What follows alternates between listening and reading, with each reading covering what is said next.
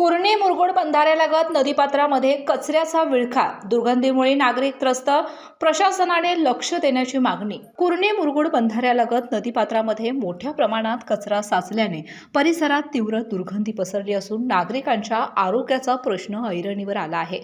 बंधाऱ्याजवळ शेण, खराब झालेले अन्न, प्लास्टिकच्या बाटल्या तसेच इतर घनकचऱ्याचे ढिगारे अडकून पडले आहेत.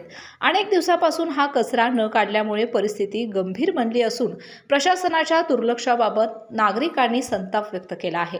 स्थानिकांच्या म्हणण्यानुसार पुलावरून जाणाऱ्या वाहन चालकांना व प्रवाशांना नाक धरून प्रवास करावा लागत आहे. नदीचे पाणी वापरणाऱ्या नागरिकांच्या मध्येही भीतीचं वातावरण निर्माण झालं असून दूषित पाण्यामुळे मोठ्या आजारांचा धोका वाढल्याची चिंता व्यक्त होते. याचबरोबर पाण्यातील प्रदूषणामुळे जलचर मृत अवस्थेत आढळत असल्याचंही नागरिकांनी सांगितलं. पूर्वी मुरगुड येथील शिवभक्तांनी पुढाकार घेत नदी स्वच्छता मोहीम राबवून परिसर स्वच्छ केला होता. मात्र सध्या प्रशासनाकडून आवश्यक ती उपाययोजना न झाल्याने पुन्हा कचऱ्याचं प्रमाण वाढलं आहे.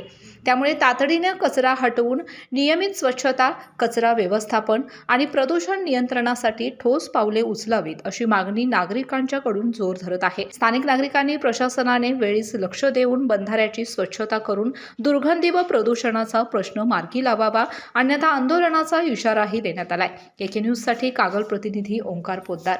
गोकुळची बासुंदी पुन्हा खावीशी वाटतेय.